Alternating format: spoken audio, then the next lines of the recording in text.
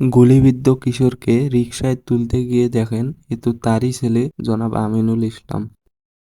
আমিনুলের ইচ্ছে ছিল নামকরা ফুটবল খেলোয়াড় হওয়ার। অবশ্য অনেকগুলো পুরস্কারও জিতে নিয়েছেন এই ছোট তারুণ্য। কিন্তু ভাগ্যের কি নির্মম পরিহাস! কোটা আন্দোলনকে ঘিরে শিক্ষার্থীদের সাথে আন্দোলনে যোগ দিলে পুলিশের গুলিতে নিহত হন আমিনুল ইসলাম।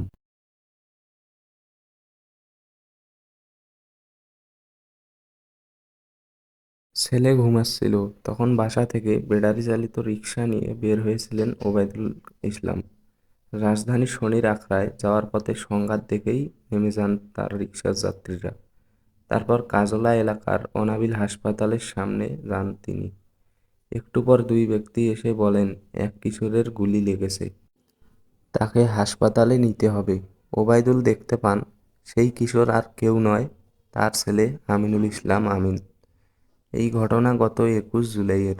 সরকারি চাকরিতে কোটা সংস্কারের দাবিতে শিক্ষার্থীদের আন্দোলন ঘিরে সেই দিন ওই এলাকায় আইনশৃঙ্খলা রক্ষাকারী বাহিনীর সঙ্গে বিক্ষোভকারীদের সংঘর্ষ চলছিল। গত বুধবার দুপুরে যাত্রাবাড়ির দক্ষিণায় এক কক্ষের বাসায় ওবায়দুল ইসলাম বলেছিলেন, কাছে গিয়া চাহিয়া দেখি এ তো আমারই ছেলে। ছেলেকে দেখে বাবা গো সোনা গো বলে অজ্ঞানের মতো হয়ে যাই।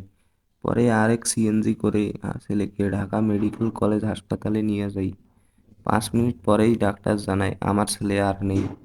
এর আগে প্রথমে ছেলের মারে ফোনে জানাই ছেলে গুলি খাইছে, পরে আবার জানাই ছেলে মইরা গেছে।